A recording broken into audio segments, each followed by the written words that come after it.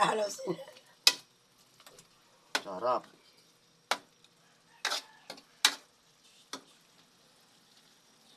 Malakas to sa kanin.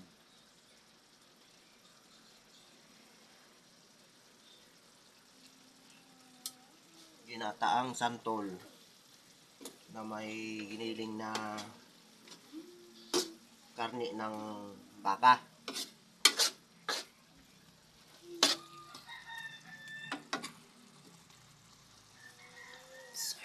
Tapos may yung kulay green, daon nyo ng kamuting kahoy.